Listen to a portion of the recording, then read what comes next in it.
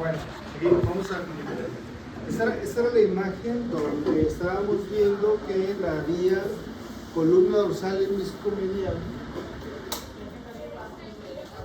lleva la información sensorial de las extremidades de la periferia hacia la corteza por esta vía, y que había unos núcleos que se llaman cuneiforme y grácil y que van transmitidos por unos fascículos nerviosos que se llaman de Wolf y de Wolf. Y llegan aquí y luego de aquí se van hacia la parte del tálamo y de ahí a la corteza, ¿no? Se dice que en el núcleo del gracil y el fascículo de Wolf trae la información sensorial, sobre todo del tacto fino, de la propiocepción y de la vibración de las extremidades inferiores por este lado. Es el más central. Y el que viene lateral, por el fascículo de bordaje, que llega al núcleo cuneiforme, trae la sensibilidad, como dije, tacto fino, propiocepción y vibración de las extremidades superiores, ¿no? Entonces así es como está distribuido aquí. Y luego dice que las neuronas de segundo orden, aquí ya vimos cómo llegan a la médula espinal, se decusan al lado opuesto del tronco del encéfalo. Ya saben que todo lo que entra por un lado tiene que llegar al cerebro, al hemisferio contralateral, y ascienden a través de los lemniscos mediales hacia el tálamo. Este es el área del tálamo. Complejo ventrovasal se llama. Al lemnisco medial, o sea, cuando está subiendo la señal hacia el tálamo, se le unen fibras del nervio trigémino que llevan información sensorial de la cabeza. La información sensorial del cuerpo, del cuello para abajo, es en la columna dorsal hemiscomedial, pero la sensibilidad de la cara y la cabeza es por el trigémino, y el trigémino pues no va a venirse para acá abajo para luego subir. Este llega directo y se le une al fascículo más o menos antes de llegar al tálamo, ¿verdad?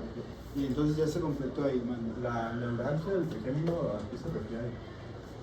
Es un dolor pero severísimo.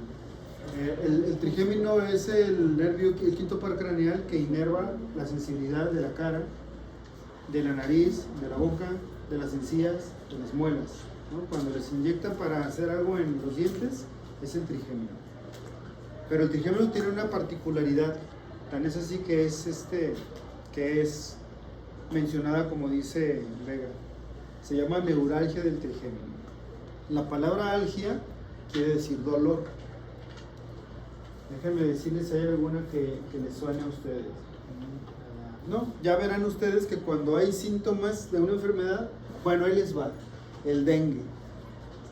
Ay, ahí está Cristal. No quería recordar de eso, Cristal. El dengue, y Cristal no me va a dejar mentir, pero el dengue les da mialgias. ¿Qué quiere decir mialgias? Que les duelen todos los músculos. Y les da artralgias, les duelen todos los huesos, ¿no? Y las articulaciones, ¿verdad? Mialgias, artralgias. En este caso, hablando del trigémino, se llama neuralgia, o sea, dolor del nervio del trigémino. Y es un dolor, pero, no, hombre, yo creo que no hay quien aguante una cosa de esas, ¿no? O sea, duele y cañón, ¿verdad? Entonces, tendrá algún origen, pero ese es un dolor de nervio de trigémino, ¿verdad? Severo.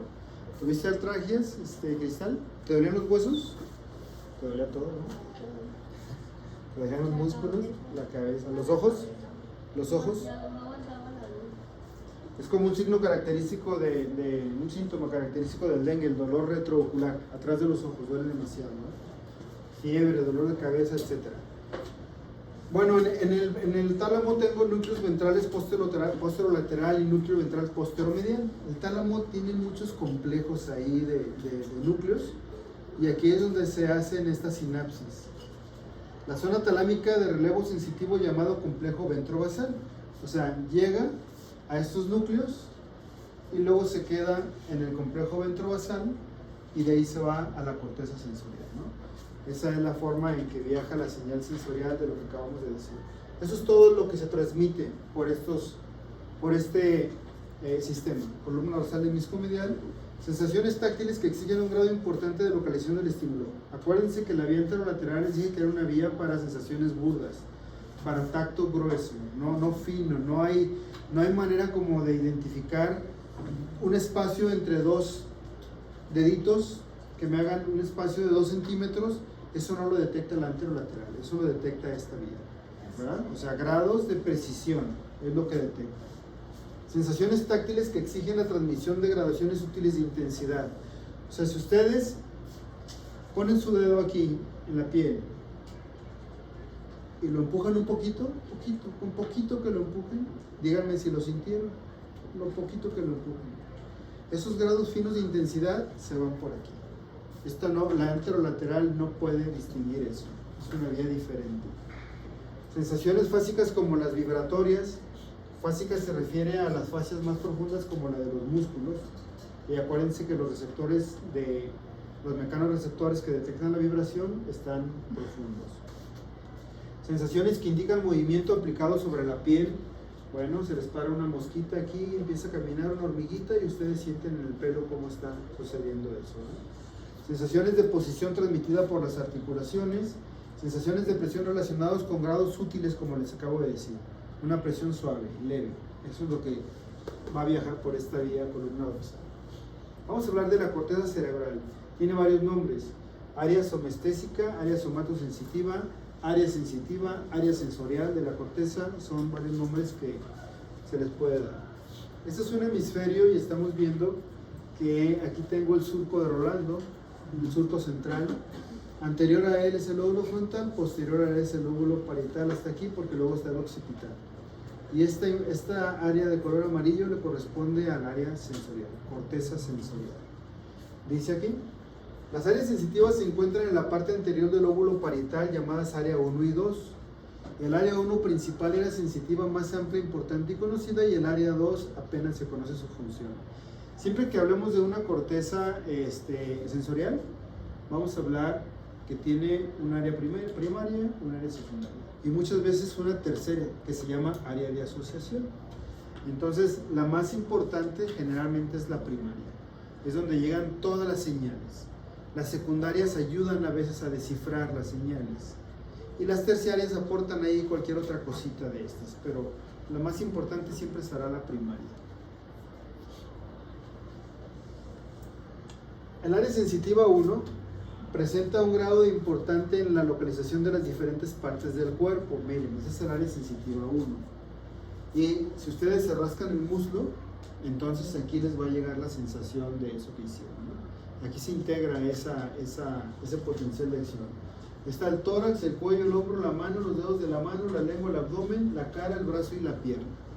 De tal manera que hay un monito que acomodamos las partes del cuerpo así como están y se llama homúnculo sensorial. Y es un monito que está todo distorsionado. Y depende el tamaño de la parte del cuerpo que se puso ahí, es el área de la corteza que le corresponde, ¿sí? O sea, la mano debe de ser un área grande, porque la mano es muy importante, sobre todo la derecha para los que son diestros, la izquierda para los que son zurdos, ¿verdad? Y de la mano, el pulgar es el más grande. Entonces se van a dar cuenta que una extremidad inferior pues no tiene la importancia que tiene una mano, ¿no? Así es como lo ponen aquí. Ahorita lo vamos a ver. Le corresponde al área 1, 2 y 3 de Brodmann, como la van a ver acá. Este es el área 1, aquí está, y ese es el área 2 y 3 de Brodmann. Entonces corresponde a esa el área primaria. Recibe información del lado opuesto del cuerpo a través de los núcleos del tálamo, ya saben. Ya saben que lo izquierdo se integra en la corteza derecha y lo derecho se integra en la corteza izquierda. El primero llega, como dije, al tálamo. Interpreta y hace consciente las señales sensitivas. ¿Qué quiere decir eso? Pues no es lo mismo que se rocen, que se peguen, que se pellizquen, que se quemen. Entonces, eso que sintieron aquí ustedes es porque acá sí se interpreta, ¿verdad? Finalmente. Llega acá y acá se interpreta y se hace consciente qué fue. Un piquete, un jalón, un pellizco, una quemada, eso es lo que se hace consciente en el cerebro.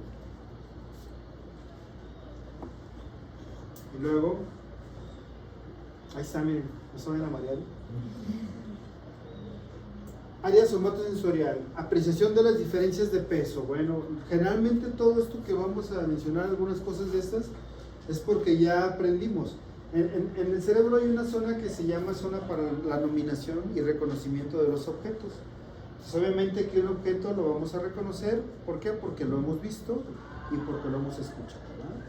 Si ustedes tocan un objeto con los ojos cerrados, seguramente van a saber qué es, a menos que en la vida lo hayan tocado. Y entonces, o lo hayan visto. Entonces, obviamente que ya pueden calcular una diferencia de peso. Agarren un objeto, agarren otro y dicen, pues este pesará 200 gramos, este pesará 400 gramos, porque hay una experiencia previa, aprendida. Discriminación espacial. Bueno, también acuérdense lo que les dije, que es los espacios en donde se aplican los estímulos, ahí se puede detectar. La localización del tacto, la apreciación del tamaño y de la forma, toquen objetos si saben el tamaño y la forma que tiene. Semejanzas o diferencias de temperatura, obviamente, agarren una botellita fría o una caliente, la saben distinguir, no todo eso se integra ahí. Todos los aspectos de la sensación que requieren comparación, ¿verdad? El área somestésica 2 recibe información de cara, brazos y pierna, que era la parte que estaba más abajo, y le corresponde al área 40 de Brodmann, es esta de acá. Las señales nerviosas llegan del tronco encefálico y del área somatosensitiva 1, como yo les dije. Casi nunca llegan señales como directas a las secundarias. Generalmente llegan a las primarias y las primarias se las mandan a las secundarias, ¿no? Las señales. Entonces, esta no es la excepción.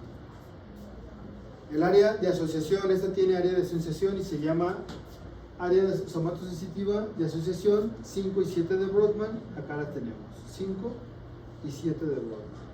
Entonces la 1, la 2, la 3, la 40, la 5 y la 7, todo eso es la corteza sensitiva, dividida en primaria, secundaria y de asociación. ¿Qué hace esta corteza? No recibe directamente impulsos sensitivos, sino que correlaciona los impulsos que reciben las otras áreas. Combina información precedente de múltiples puntos del área sensitiva primaria para descifrar su significado.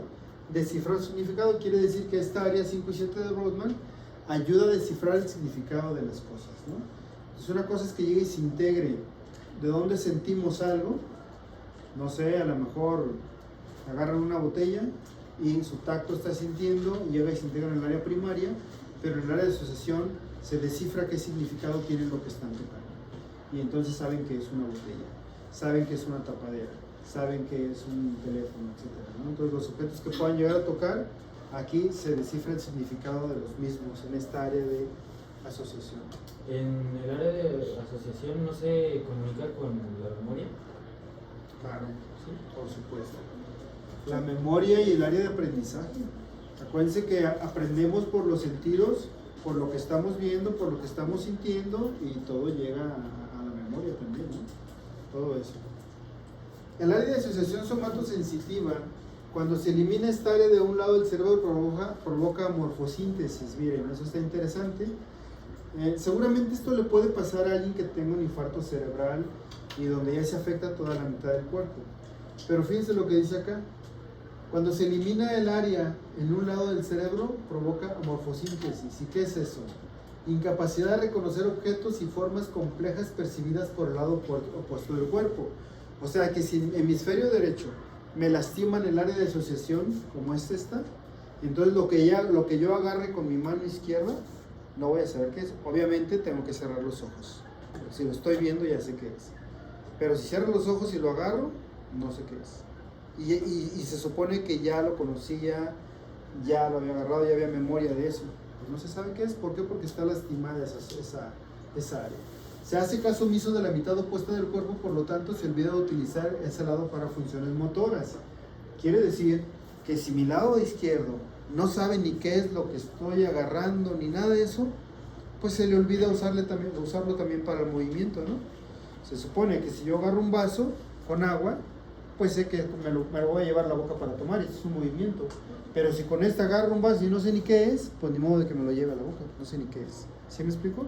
Entonces no conoce nada de lo que está en esa mitad y no va a usar su parte motora porque no sabe ni qué es, ¿verdad? Solo se identifica una de las mitades de los objetos y ni siquiera se recuerda que existe la otra mitad. Entonces se identifica la mitad, la estamos viendo, si la tocamos con las dos manos, bueno, ya sabemos que es una mitad, pero la otra no se descifra, ¿no? La corteza cerebral, ya veremos un tema completo de corteza, pero nada más quiero hacerles aquí una pequeña reseña. Y la corteza cerebral tiene 6 capas. Prácticamente en toda la corteza cerebral hay 6 capas. Solamente hay una zona de la corteza cerebral que pertenece al área del hipocampo. El hipocampo es donde se capta la memoria. Y solamente esa zona tiene 4 capas. Todo lo demás tiene 6 capas.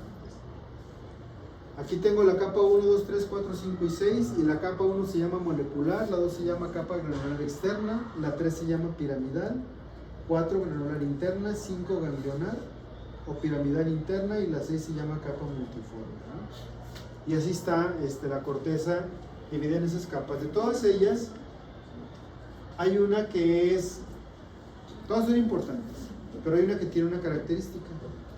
La capa 4 es la capa donde le llegan todas las modalidades de sensación primero, ¿sí? O sea, todas las neuronas que vienen de acá y que traen todo lo que quieran sentir, llega aquí. Y ya de aquí se distribuye a donde quiera distribuirse, depende de lo que tiene que hacer. Pero la vía de entrada es la capa 4. Dice aquí, recibe señales de entrada difusas e inespecíficas de los centros inferiores del encéfalo. O sea, la capa 1 y 2 reciben señales de entrada difusas e inespecíficas de los centros inferiores del encéfalo. La capa 3 y parte de la 2 envían acciones hacia la corteza al lado opuesto del cerebro a través del cuerpo calloso. Los hemisferios están divididos en derecho e izquierdo, pero también se dice por ahí que la información que llega a un lado puede ponerse a disposición del otro lado, si es que es necesario, y eso lo hace a través del cuerpo calloso. El cuerpo calloso es una zona del diencéfalo y se supone que por ahí pasan señales a ambos hemisferios, ¿verdad? Y luego, la capa 4, la señal sensitiva entrante excita en primer lugar la capa 4. Todas las cuestiones sensoriales llegan aquí, primero. La capa 5 y 6 mandan acciones hacia las partes más profundas. La capa 5, ganglios basales, tronco encefálico y medio espinal. Y la capa 6, al tálamo para regular los niveles de excitación. Fíjense bien.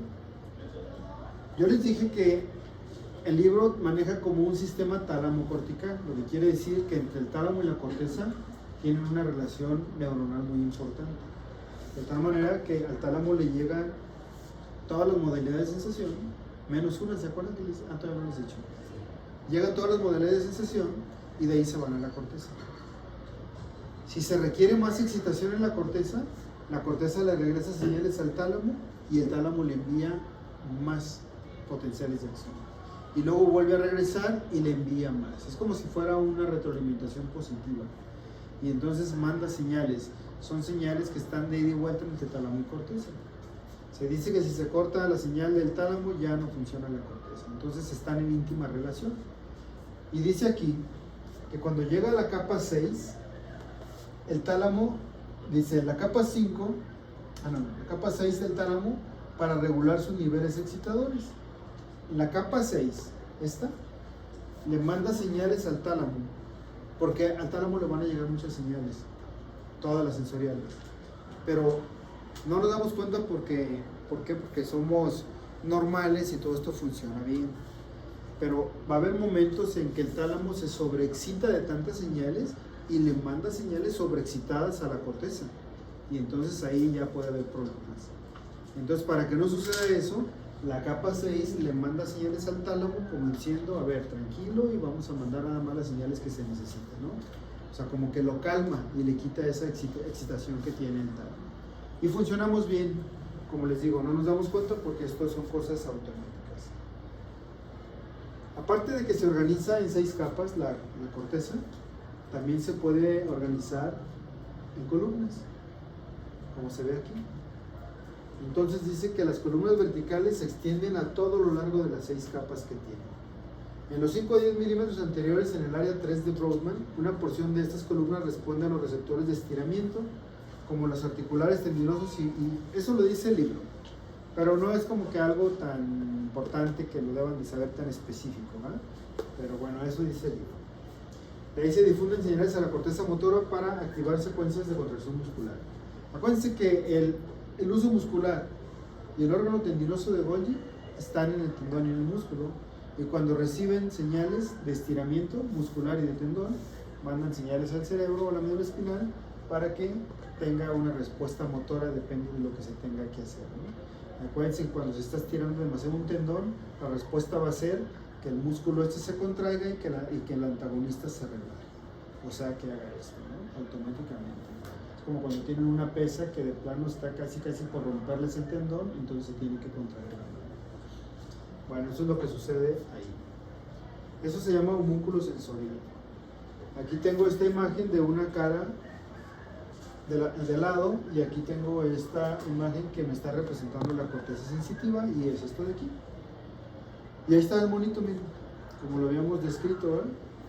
Como dice acá, el tamaño del territorio es directamente proporcional al número de receptores sensitivos especializados en cada zona periférica respecto del organismo.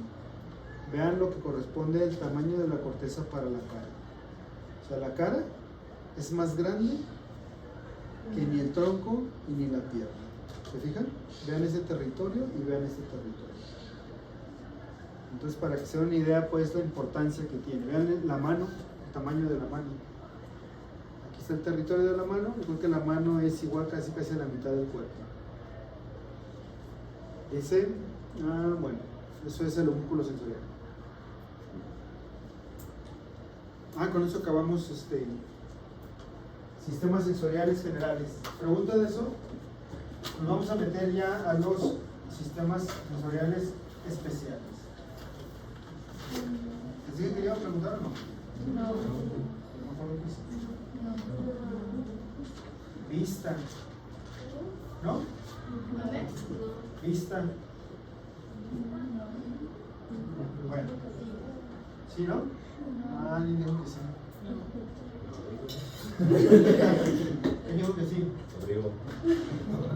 Bueno. ¿Rodrigo? Sí.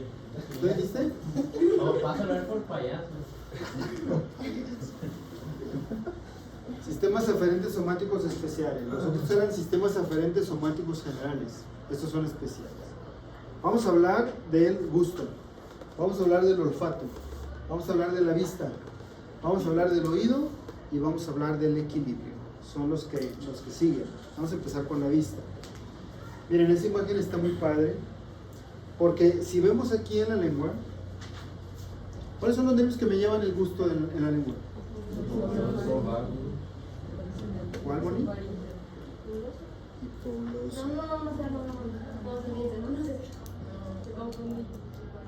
Y no fuiste la única. ¿Quién más dijo hipogloso? Por ahí escuché como 3 personas, nomás que no las alcancé a detectar. Te detecté a ti. Paulina, ¿por qué el hipogloso no? ¿Por qué no? ¿Por qué el hipogloso no, Daniela?